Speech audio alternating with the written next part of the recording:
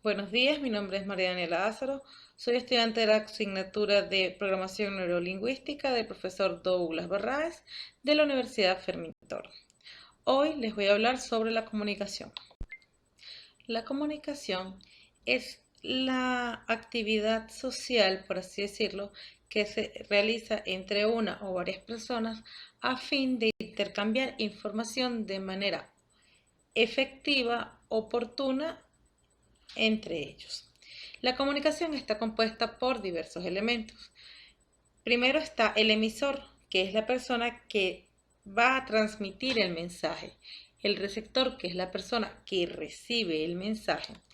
El mensaje, que es el código, por así decirlo, es la información que deseamos transmitir.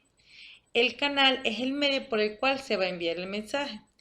El código, que son los signos o las reglas empleadas que se utilizan para enviar el mensaje, y el contexto, que es la situación en la que se produce la comunicación. A su vez, existen dos tipos de comunicación, la verbal y la no verbal. La verbal es cuando utilizamos la voz para expresarnos y la no verbal es, por ejemplo, cuando te comunicas por un lenguaje de señas o a través de un mensaje de texto. A su vez, la comunicación está compuesta por 5 niveles: la intrapersonal, la interpersonal, la grupal, la organizacional y la comunicación para las masas. La primera es la comunicación intrapersonal. ¿Qué es la comunicación intrapersonal? Es la comunicación interna de nosotros con nosotros mismos. Es cuando tú hablas en tu cabeza. Sus características principales es que es inevitable. Siempre uno habla consigo mismo antes de decir algo. Por ende, sirve como un filtro. Usa pronombres personales. El yo interno, por ejemplo, es unilateral. ¿Por qué? Porque va en un solo sentido. Yo no, o sea, yo hablo conmigo misma, pero mi misma persona que está dentro de mi cabeza no me responde. Y puede ayudarte a generar diversos puntos de vista. Tipos. Ella generalmente se presenta por medio de un discurso interno o cuando hablas en voz alta o cuando tú te escribes para ti mismo. Por ejemplo, un diario. Entre las más resaltantes tenemos lo que es la introspección, que es la autoevaluación, el pensamiento racional, cuando exteriorizamos nuestros sentimientos o cuando utilizamos la comunicación intrapersonal para tomar una decisión. El segundo tipo de comunicación es la comunicación interpersonal. Es la comunicación que tú como persona tienes con uno o más individuos sin llegar a ser un grupo muy grande. Es como cuando hablas con un amigo o el intercambio de información con un docente. Entre sus características resalta que ocurre en todo momento. ¿Por qué? Porque o sea, a menos de que vivas en un lugar muy aislado, donde no tengas ningún tipo de medio de comunicación, no vas a, es imposible que no tengas una comunicación interpersonal. Tiene un fuerte componente no verbal. ¿Por qué? Porque muchas veces cuando hablamos, las personas tendemos a utilizar señas, por ejemplo, o hacemos expresiones faciales para demostrar nuestro desagrado o nuestro agrado con algo que aunque no lo digamos, la otra persona puede tender a darse cuenta. Incluye los elementos de comunicación tradicional: el receptor, el emisor, el mensaje, el canal, el código y el contexto donde ocurre. Y produce efecto en todos los particulares. Es decir, que lo que tú digas o el gesto que tú hagas va a influir en todas las personas que en ese momento están a tu alrededor y te están observando y o escuchando. Las barreras son en el canal, que sería como cuando hablamos de que, por ejemplo, no te llegue un mensaje de texto. Eso es una barrera. En el código también es la falta de entendimiento, como por ejemplo en el lenguaje, que yo hable español y la otra persona habla inglés o francés y no nos podamos entender correctamente. Y en el mensaje es que el receptor malinterprete el mensaje que le está transmitiendo el emisor. Los tipos pueden ser verbal, no verbal o virtual, como es este caso, donde utilizamos un medio de comunicación virtual como es el Internet para transmitir el mensaje. El siguiente tipo sería la comunicación grupal. Así como la comunicación interpersonal ocurre entre dos individuos, la comunicación grupal es cuando hablas frente a un grupo de personas, como por ejemplo en una exposición. Ocurre de distintas formas, es decir, puede ser a través de videoconferencia o en una exposición o por ejemplo en una conferencia normal. Y a su vez, esto produce en las personas involucradas una aceptación. Es decir, si yo estoy hablando con mis compañeros y ellos me están entendiendo, eso va a generar en mí una aceptación. Me siento parte del grupo en el que estoy hablando o en el que estoy involucrada. Sus elementos, así como los otros tipos, son los mismos de la comunicación tradicional, lo que es el código, el emisor, el receptor, el mensaje, el contexto. La comunicación organizacional. La, como comunicación organizacional tenemos que es la comunicación que se da dentro de una estructura organizativa, es decir, cuando hablamos como por ejemplo con nuestro superior o con nuestro compañero de trabajo, allí para dar órdenes o una explicación, esos son lo que se conoce como la comunicación organizacional. La comunicación organizacional tiene diversos factores. Principalmente tenemos que es de carácter social, es decir, así yo no me encuentre en buenas migas con un compañero, pero trabajamos juntos, estamos dentro del mismo equipo de trabajo, debemos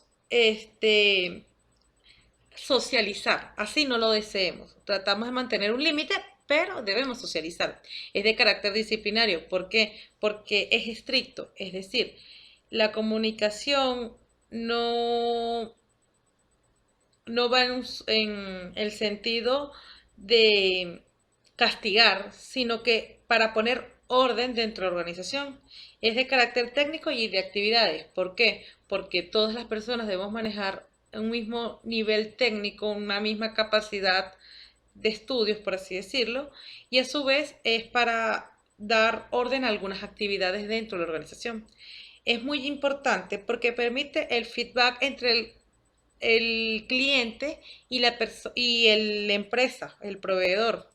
A su vez, permite generar una evaluación interna dentro de las organizaciones. ¿Por qué? Porque si yo, por ejemplo, pongo dentro de una caja de quejas que haya en la oficina que los baños no se encuentran correctamente equipados, como por ejemplo con papel higiénico, eso es una forma de intercambiar información y permite a su vez la coordinación de actividades efectivamente.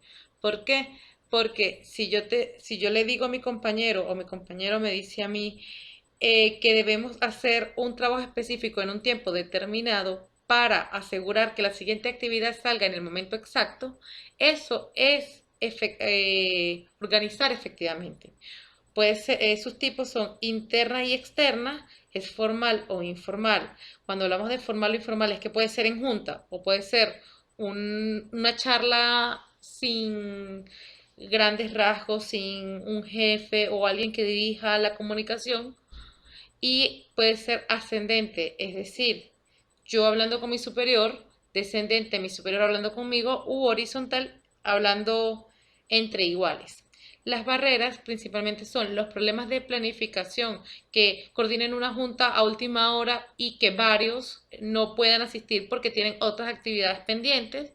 Otra barrera es el problema de selección o de formación de personal. ¿Por qué? Porque si yo hablo a nivel muy técnico con una persona que no se encuentra capacitada a ese nivel, es un problema de formación de personal.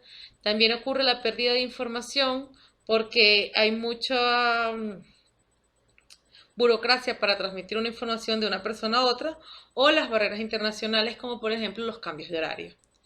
Para facilitar la comunicación organizacional hay diversas estrategias, principalmente las auditorías para evaluar el desempeño entre el personal, reforzar la comunicación informal, que todos nos podemos sentir cómodos hablando sin que se genere una cabeza para dar las órdenes en el momento en que se habla, limitar las pérdidas de tiempo, es decir, No es que vamos a hacer una junta de 5 horas para decidir de qué color se va a pintar un cuarto.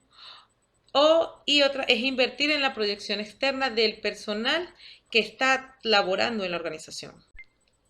Como último tipo de comunicación tenemos la comunicación en masa.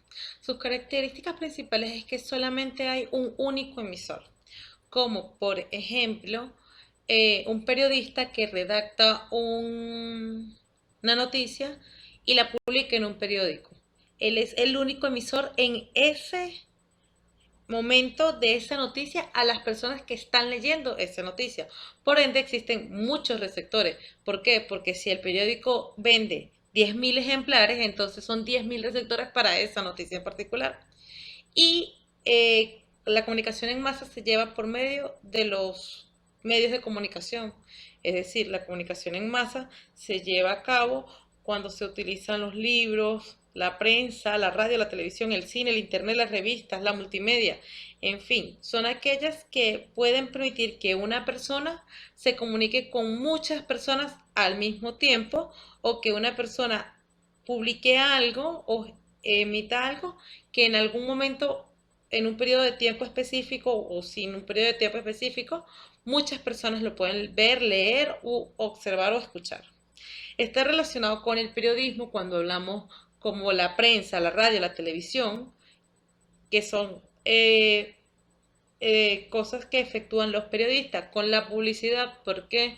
Porque una publicidad, por ejemplo, de un champú, lo pueden observar cientos y cientos y cientos de personas una y otra vez si está en una valla publicitaria, por ejemplo.